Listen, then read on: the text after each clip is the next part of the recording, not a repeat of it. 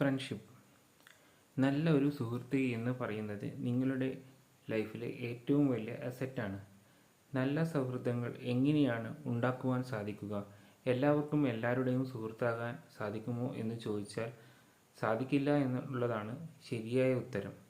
എന്തുകൊണ്ടെന്നാൽ നിങ്ങളുടെ ക്യാരക്ടറുമായി മാച്ചിങ് ക്യാരക്ടറുള്ള ഒരു സുഹൃത്തിനെ മാത്രമേ നിങ്ങൾക്ക് ആജീവനാന്ത കാലം കൊണ്ടുപോകുവാൻ സാധിക്കുകയുള്ളൂ.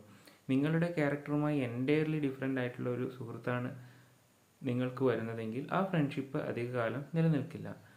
അത് നമ്മൾ പുതിയ ഒരു കാലത്തെ ഭാഷയിൽ പറഞ്ഞാൽ സെയിം വൈബ്, പിന്നെ കുറച്ചൊരു കോമിക്കായി പറഞ്ഞാൽ നിങ്ങളുടെ അതേ സെയിം വട്ടുള്ള ഒരുത്തൻ എന്നൊക്കെ പറയും. തമാശയ്ക്ക് നമ്മൾ അങ്ങനെയും പറയും.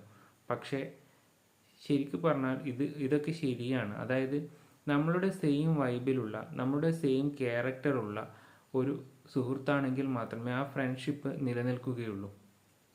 എല്ലാവർക്കും എല്ലാവരുടെയും സുഹൃത്താവാൻ സാധിക്കില്ല. ഇത് ആരുടെയും കുറ്റവുമല്ല.